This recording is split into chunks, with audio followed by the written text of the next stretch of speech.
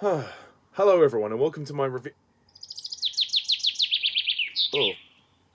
Oh, shut up, you stupid birds. Oh. Hello everyone. Welcome to my review. Oh.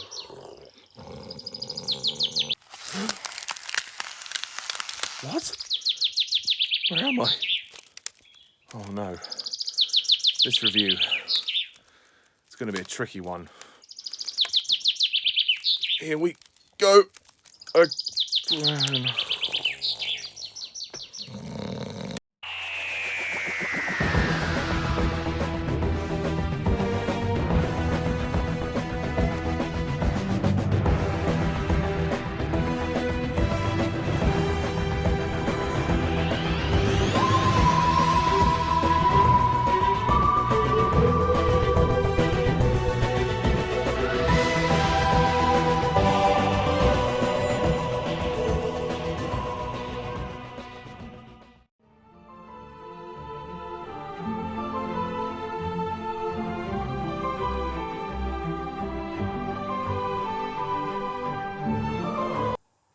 Hello Whovians and welcome to my latest Doctor Who review, where I review the 208th Doctor Who story, Amy's Choice, which is the 7th episode of Doctor Who Series 5 and it stars Matt Smith as the 11th Doctor.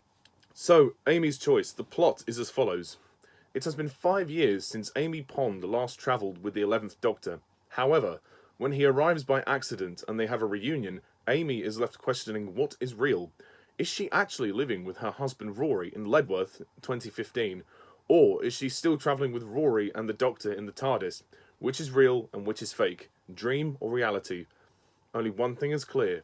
It's Amy's choice. Well, Amy's Choice. Let me just start off by saying, bravo. Absolutely brilliant story. Yes, this is the first story that I can very gladly say is the first instant classic for Matt Smith. This is the first story that I think is absolutely phenomenal in Matt Smith's era. It's so good. It's very good. Compared to what we've had previously, it's been a very up and down season. It's been kind of 50-50.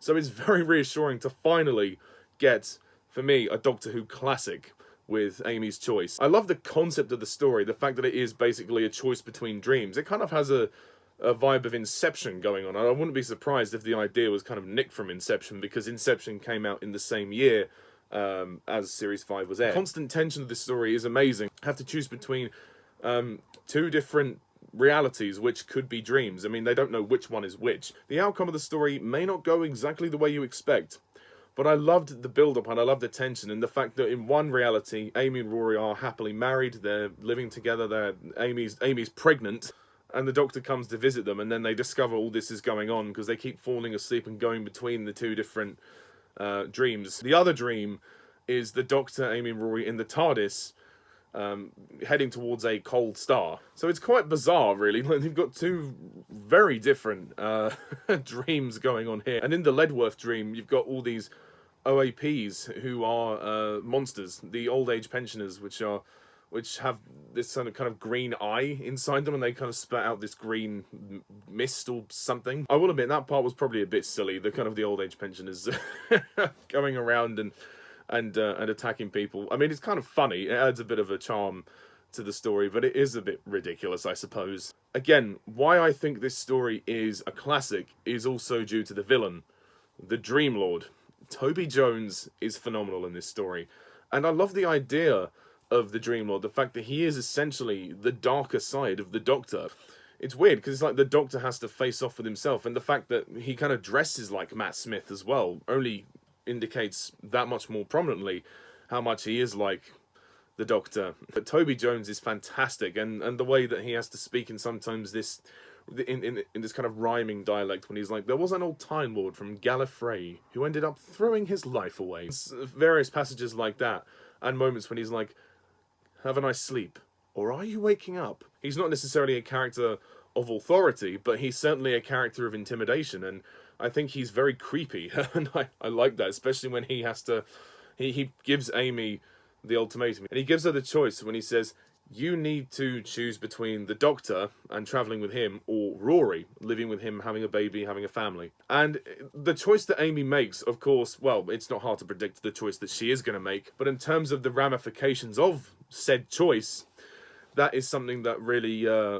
is remains to be seen. And this is a great story as well for the camaraderie between the TARDIS crew. I really do think that this is when the Doctor, Amy, and Rory truly become like a trio.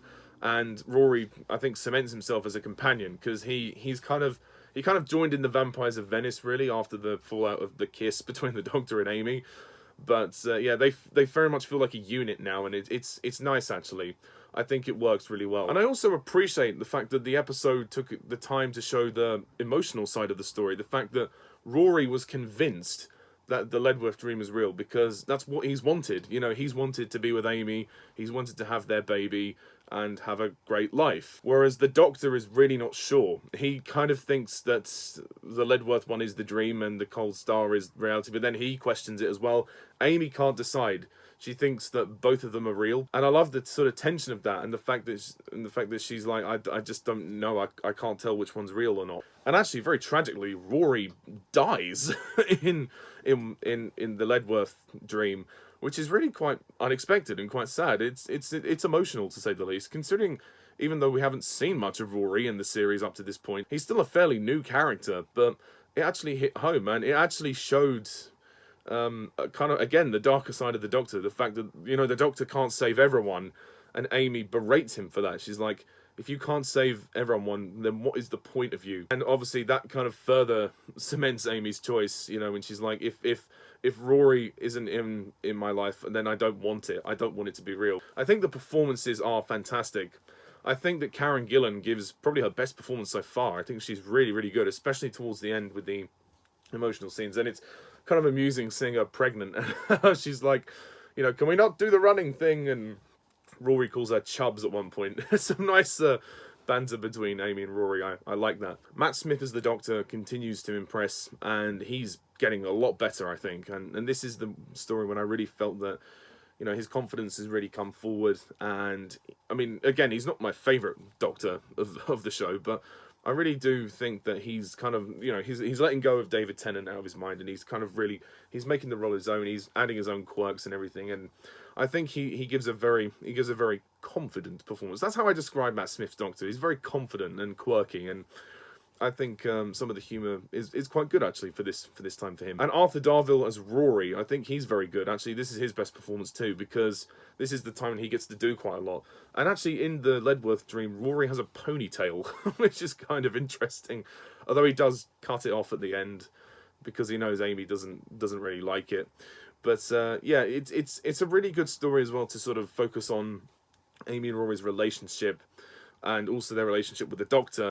And it kind of made me forget about the stupid kiss scene in Flesh and Stone, and I'm actually very glad that they did this. It kind of, I think they knew that was a mistake, so they're trying to rectify that. Also, the sets are interesting. I mean, most of the episode is shot on location in the village, and the village looks kind of cool.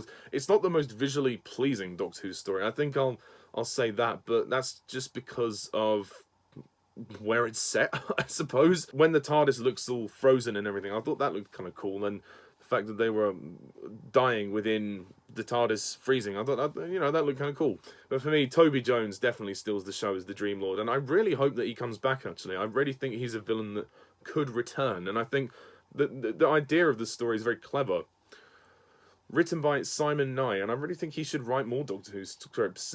This is really, really, really good. The only thing I would say, which is a little bit stupid, again, is the old age pensioners kind of attacking people. I think that's a little bit silly, but part of me does chuckle at it, but part of me is like, yeah, this is kind of unbelievable, really. And again, the pace of the story is really good because there's so much going on. We're constantly cutting back and forth between two different dreams, and again, the outcome of the story is interesting as to what the result of the choice is, and which of the two is chosen. I won't say which one it is in case you haven't watched the story, but I was happy with the way it turned out, and it was well done, and I think that it was excellently executed. And actually, this story was directed by a female. We have a female director, Catherine Morshead, and I think she did a very, very good job directing this story. So overall, I think Amy's Choice is an absolute classic, and you know I have to give this story a 10 out of 10.